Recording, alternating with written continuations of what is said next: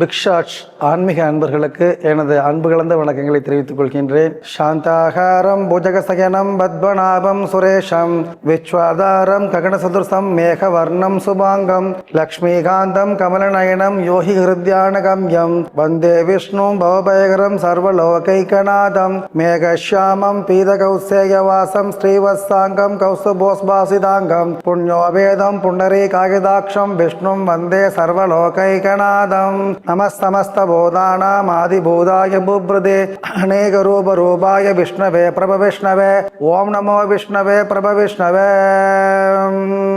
ஓம் நமோ பகவதே வாசுதேவாய ஓம் நமோ நாராயணாய ஓம் நாராயணாய வித்மஹே வாசுதேவாய தீமஹே தன்னோ விஷ்ணு பிரச்சோதயாத்.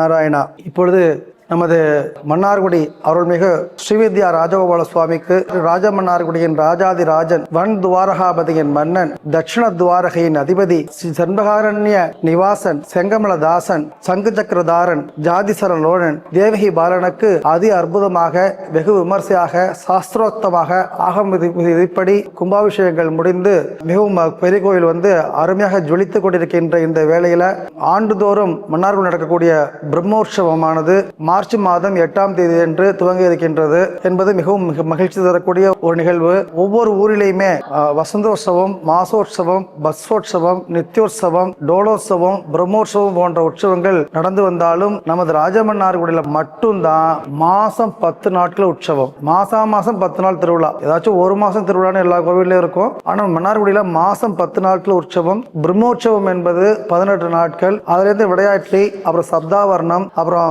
ராயர் தோட்டம், சேதுபாவா சத்திரம் எல்லாமே சேர்த்து ஒரு மாதம் 30 நாட்கள் பிரம்மோற்சவம் நடக்கக்கூடிய ஒரே கஷேத்திரம் நமது ராஜமன்னார்குடி தான். அதுல நம்மளுக்கெல்லாம் ரொம்ப ஒரு மகிழ்ச்சி.